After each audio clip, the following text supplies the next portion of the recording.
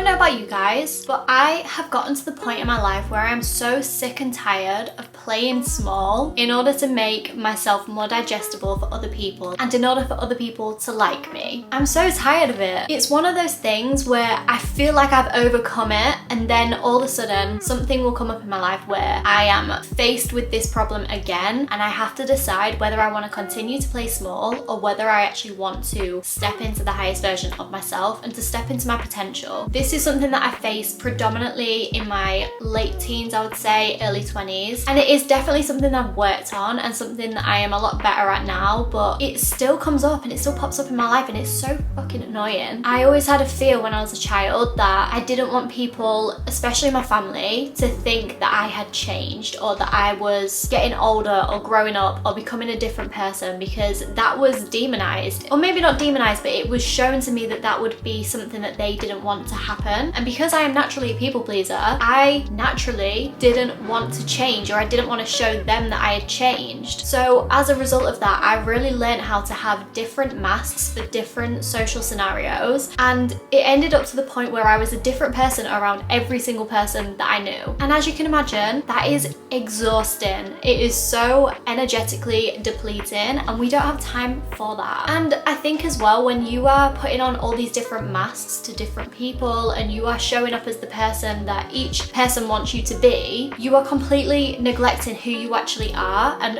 what your identity actually is. And this was a realization that I had, where I realized that I didn't have an identity. I didn't know what I wanted to do in life. I didn't know what my purpose was. I wasn't in touch with my body and what I actually needed. So for example, I used to go out all the time drinking when I knew that I didn't actually want to drink, but that was kind of my friendship persona. And just all these different things, I just didn't know who I was, and I had no identity. So if you're anything like that, I really want to show you that people pleasing and trying to make every person happy and trying to fit into every individual person's perception of how you should be is going to cost you your identity. We're not playing small anymore. We are stepping into our worth and into our potential. So first things first, you have to realize or remind yourself that you can't please everyone. You literally can't. No matter how hard you try, you are never, ever, ever going to please everyone. There is always going to be someone with a chip on their shoulder, always going to be someone with a problem, always going to be someone who wants you to be a certain way,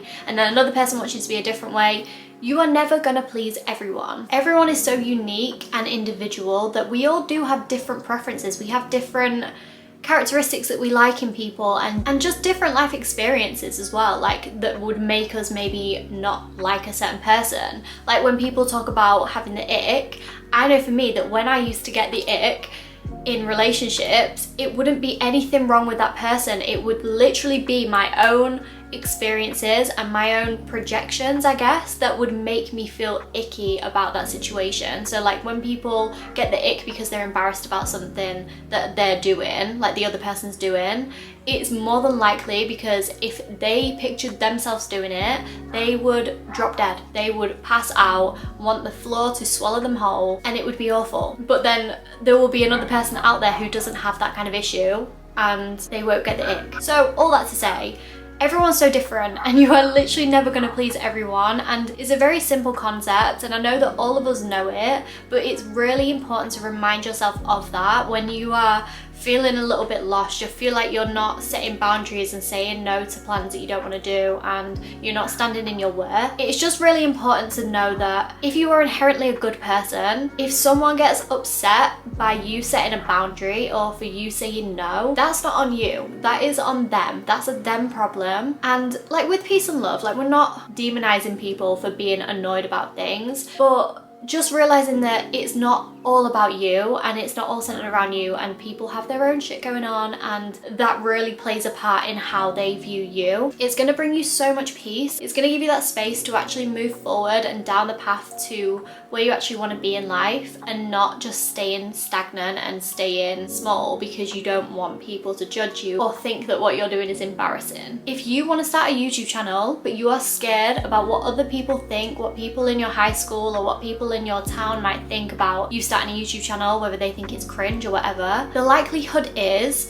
that you potentially have some shadow work that you need to do around embarrassment and shame and feeling cringed out by yourself, because I know for me that is definitely something that I need to work on as well. I get so easily embarrassed about everything. I get embarrassed for other people, I get embarrassed for myself. I was that girl who used to always get the ick, and I've realized that that was probably a lot on me and just how I view the world and the things that I find embarrassing. Once you start working on those things and actually doing the inner work and the shadow work and addressing why you find things embarrassing and really giving yourself logic to the feelings that you're feeling. I know when I feel embarrassed, there's literally no reason for me to feel embarrassed about certain things that I'm doing. Like, say if I sit in my car and I'm filming a video in my car, I can sometimes get so embarrassed, even though literally no one's paying attention, but I will get so embarrassed and I don't want to continue filming because I'm just cringing out at myself. But once I did the work of realizing, like, yeah, that's actually on me, like I need to just work on that wound myself, because once I no longer get embarrassed about this thing, I'm not going to care what other people think. I truly will not care what they think because I won't be embarrassed about it. So that is definitely something that I'm working on, but it is really key. The second thing I want you to consider is that every single person will see you through a different lens. That lens might not necessarily be a clear lens. It might be smeared and dirty from all of the things that that person has been through and all the shame and resentment that they have had to face in their life. So if someone has, like I was saying before about embarrassment, if someone has a lot of shadow around embarrassment and shame, they're probably going to project that onto you and see you through that lens. But again, that is not your responsibility to have to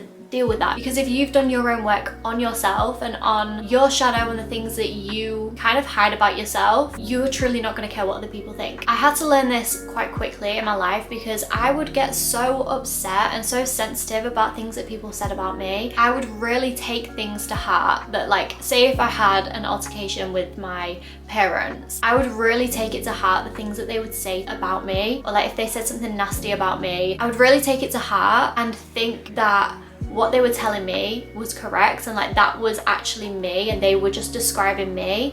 But I never realized that they weren't describing me, they were literally just describing how they viewed me through their lens of life. And when you start thinking like that, you get a little bit more sympathy for people, because you start to realize that when people have such a negative outlook on the world, it's probably because their life has been pretty negative. And my life, I used to look at things through such a negative, smeared, dirty lens, because that was what was demonstrated to me in my childhood. That's what I thought life was. I thought that everyone criticized everything. I thought that everyone basically had the same life as me, and I thought that everybody hated their life. And it just goes with meeting new people in life and just experiencing life that you realize that there are people out there who see things through such rose-tinted glasses. They see everything in such an optimistic way, and they really do view the world differently. So it's hard if you've not actually met people like that to demonstrate that to you, but I am here to tell you that there are people out there who view the world in the most amazing and beautiful way, in the most optimistic way possible, and they will see so much beauty in you that you might not necessarily even be able to see, because as much as everyone else has their own lens that they see you with, you have your own lens as well. So if you've had a life of shame and embarrassment and negative experiences, you are probably going to view yourself from that lens. So it does all really come back to shadow work, and I do have a video on shadow work. If you are interested, I will put it somewhere on the screen or down below. Just understanding that everyone's idea of you is based on their own projections, and having sympathy, having an element of sympathy, not having too much sympathy for people when they're actually nasty people. I think that's when you actually need to cut them out. But just understanding that point has really helped me when it comes to stepping into my truth and doing the things that I want to do in life. And although I have setbacks like I've had recently, I know that with every setback that I have, it is just pushing me more and more into learning these facts of life even more, and it really consolidates them when you have to kind of go through it again, learn from it, come back, and then maybe go through it again, learn from it, come back. Like, that's the whole process of learning. So if you feel like, yeah, you kind of got hold of your people pleasing and you stopped doing that, but then you kind of went back into it, that is completely normal. It's so fine. I think what is important is just gently reminding yourself of the facts and of the rational side of it and just bringing yourself back up. The next point I really wanted to mention is the quote from, I don't know who it's actually originally from, but Jay Shetty always says it. And it's the quote, "I'm not who I think I am. I'm not who you think I am. I am who I think you think I am." So it kind of messes with your mind a little bit. Like, I really didn't understand the concept. It took me so many times re-listening to that to understand it and get my head around it. But it's basically the concept that no one else defines you and you don't really define you either, but you in your mind think of how other people think about you, and that is how you define yourself. It is like a self-fulfilling prophecy. When people tell you that you're not good enough, that you're embarrassing, that you are stupid, that you are worthless, those things, if you don't have a strong enough self-concept and identity even, you're probably going to take those things on board. And I know for me, like when I was told certain things, like certain horrible things in my life, it was when I was a child and like when I was a teenager and I didn't have the knowledge that I have now and the wisdom that I have now, and even the connections and people around me that I have now, to understand that those things weren't necessarily true. They were literally just what people thought of me. But because I thought I was who they thought I am, this is really a mindfuck, but I really embodied the things that people would say about me. People would tell me, and this is like family as well, I would be told constantly like I have no common sense, I'm ditzy, I'm clumsy, I'm stupid. And I really struggled with that. When I was a teenager, I was so down all the time. I was so upset, and it's no bloody wonder because that was all I knew. That's all that people were telling me. And I just had this compulsive people-pleasing nature where I just wanted to, like, if people thought that I was embarrassing and if people thought that I was lacking in common sense, I kind of made that my identity because I didn't know what my identity was myself. For the longest time, I would really embody this really ditzy, kind of dumb girl vibe because that's what people told me about myself, and I just thought like, well, I want to fit in. I want those people to like me. So in order for them to like me, I want to show them that I can be who they think I am. And as much as that can be good, being a social chameleon can be good in certain situations like networking, and it is good to read a room. It's definitely good to know to kind of like play on what people think about you, not in a manipulative way, but I don't know, it can be a good trait if you use it correctly. But having these different personas for different people, it can really lead you to such a state of confusion within yourself and frustration because it's like, right, who actually am I? Like, where is my identity? How do I find it? What is my purpose in life? And these are questions that a lot of us ask ourselves all the time. And up until a couple of years ago, I had no idea what my purpose in life was. All I knew is that I just wanted money and I wanted to be happy. I remember when people would ask me, what do you want when you're older? Like, what do you want to be when you grow up? And I would just be like, well, I just want to be happy.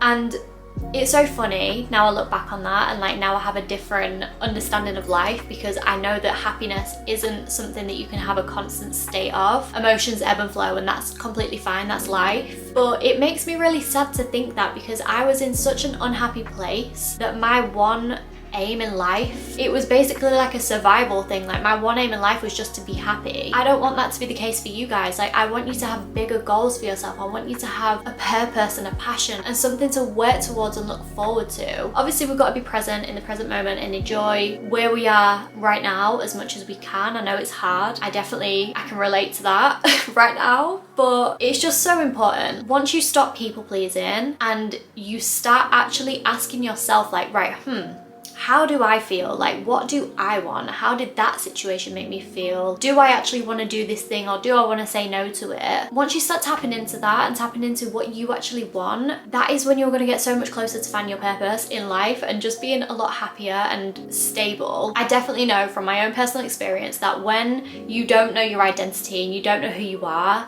they are the times in life where I feel the most unhinged and I feel the most chaotic and overwhelmed, really. And I think that has been the reason why I've been so down recently. I've been very emotional and unmotivated and not wanting to do anything, and I'm feeling really guilty because I know that I need to show up on camera for you guys and show you how to be like productive and all that kind of shit. But I genuinely feel like that's because I really lost sight for just a second of my identity again, and I really started just conforming to what other people wanted for me and what other people expected for me as well. A final thing that I wanted to mention is just making sure that you have firm boundaries and knowing what your boundaries are in the first place, but then being firm with them when you have them. And you don't need to do this in a way that it's going to be condescending or mean-spirited or anything like that. You can do this in a way where it's like with peace and love. It's really important to know what you actually want and like where your boundaries lie, because let's say for example when I was 20 years old,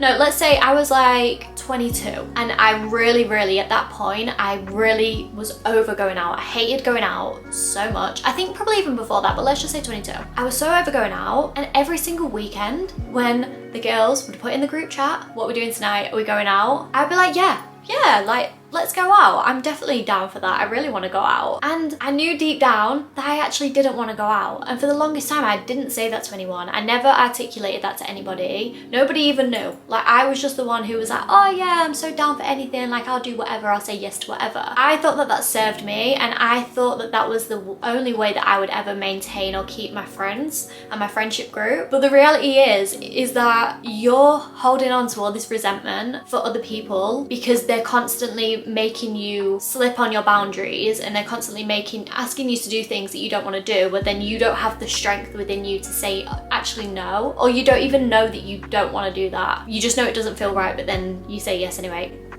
I digress. But it honestly does no good to people please to the point where you are doing things that you don't want to do. You're just going to hold resentment for people, and they're not even going to know about it. You're just going to be living with this silent battle in your head, in your body, in your mind, constantly. And it's so exhausting, it's so lonely. You don't really feel like you can talk to anyone about it because you don't really want to complain and moan about other people and bitch about them, because ultimately it kind of is your own fault when you're saying yes to plans that you don't want to do. I forgot what I was saying. I got distracted by a call, but I think I was saying that it just doesn't serve anyone for you to just pretend anymore, to pretend to be someone that you're not, and to hide from yourself, because the more that you hide from yourself, the more that you're hiding from your potential. This is actually a really funny story from recently, but I have obviously had this YouTube channel since January. I've been posting every single week since January because I committed to it, but it's only been recently that I've actually told people in my life that I even have a YouTube channel. Even though my YouTube channel is a huge part of my life and it takes up so much time in my week, which I love,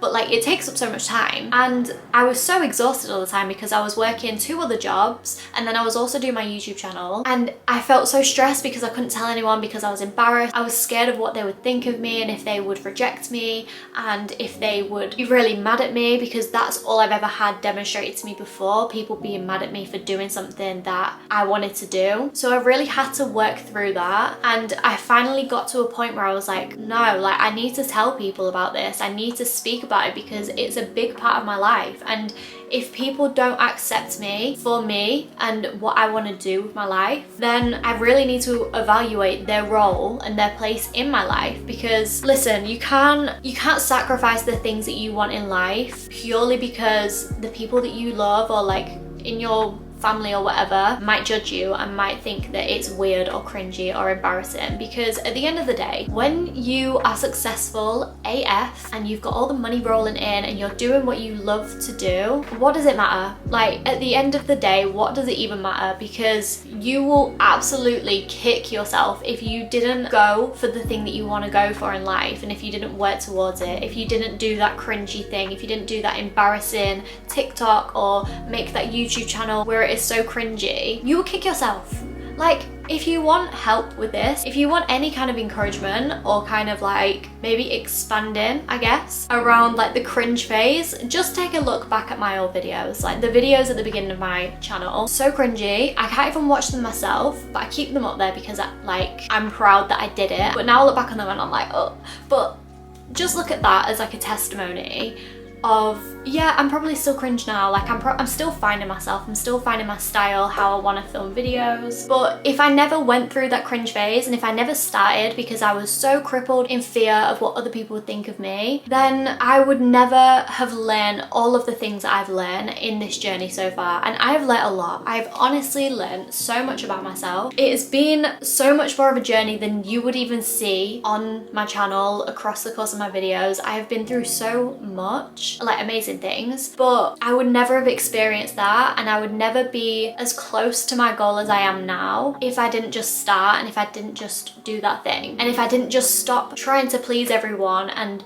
conforming to who other people wanted me to be. I know it's difficult. I know that it's so difficult when you've maybe grown up and you've been the good girl in the family and everyone expects you to be good and get the good grades and go to college and get a good job. That was what was expected of me, and I kind of ticked those boxes. I went to school, got good grades, went to college, went to uni, got a degree, got a good job, and like now I'm here, I'm kind of like, ugh, like I did all that for other people and I'm not even happy in doing this. Like my actual job that I have, I love the people who I work with, but the job itself is bleak. It is so bleak. I hate it. I hate it so much. But that was a result of listening to what other people wanted for me, doing what I thought that I should be doing in order to make other people happy. And the thing is, once you get to that point, like I've reached so many milestones and I've basically done it all for other people, because did I want to go to uni and do criminology? I kind of low-key did, but like I didn't want to do it that much, and the stress that I went through, like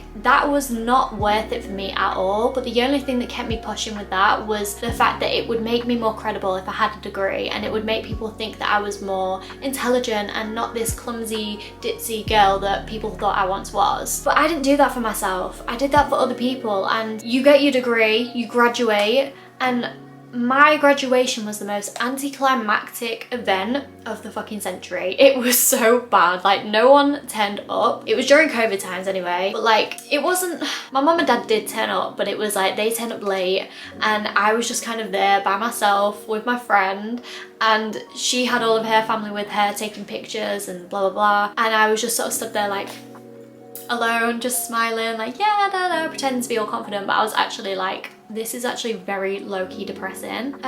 So it just goes to show you that when you reach these milestones, like people do celebrate you for a brief minute and they think it's great and they're like, oh well done. They might like to show you off and they might be like, oh yeah, look at what she's doing, that's amazing. But then that minute passes so quickly and then it's on to the next thing. It's on to the next thing that will make them proud of you. And it's just not fulfilling at all. It is just exhausting and it feels like a constant battle. So yeah. That was my big long rant about people pleasing, because I know that you guys suffer with this as well. Or, well, if you clicked on this video, you will do. It's crippling and it's exhausting, and we don't actually have the energetic space for it going forward into the last part of the year and then into 2024. We don't have time for it. I know that I don't have time for it anyway. Anyway, I hope this resonated with some of you guys and it helped you a little bit. And maybe even if you know all this stuff anyway, which you probably do, but hopefully it gave you a little bit of a reminder, and a reminder of who you are, and to actually just step into your worth and do the things that you want to do in life and not think about pleasing other people, because it's really not worth that fleeting moment of well done, amazing, well done, great. It's not worth it. It kind of feels good. The external validation kind of does feel good in the moment, but it wears off so quick. And for you to truly be fulfilled in life, you need to be doing what you want to do and not caring about what other people think. Not caring if people think that you're cringe, because I'm cringe. Like, I'll admit it, I'm cringe. I don't even care anymore because I'm being cringe, but I'm working towards my goals and I am going to get to where I want to be. And that is more to say than for someone who is just sat there on the sidelines judging and saying, oh, that's so embarrassing, oh my god, ugh. Anyway, I'm gonna end it there because I am going to my best friend's house tonight for tea. We were gonna have a Sunday roast, but we're not anymore. I'm kind of sad about that, but we're probably gonna get sushi and I'm so down for it. I'm so excited. So yeah, I love you guys so much. Thank you so much for watching. Let me know if you've ever dealt with these issues before and like people pleasing, and whether it's had that big of an impact on your life like it has on mine, because I know that it has had me in a chokehold for my entire life essentially, and it still gets me now. Like, it still can just try and trip me up, but I get straight back up again, you know? Like, I have the resources, I have the tools to get through it, and I get through it. I love you guys so much, and I hope you have a fabulous week, and I will see you in my next video.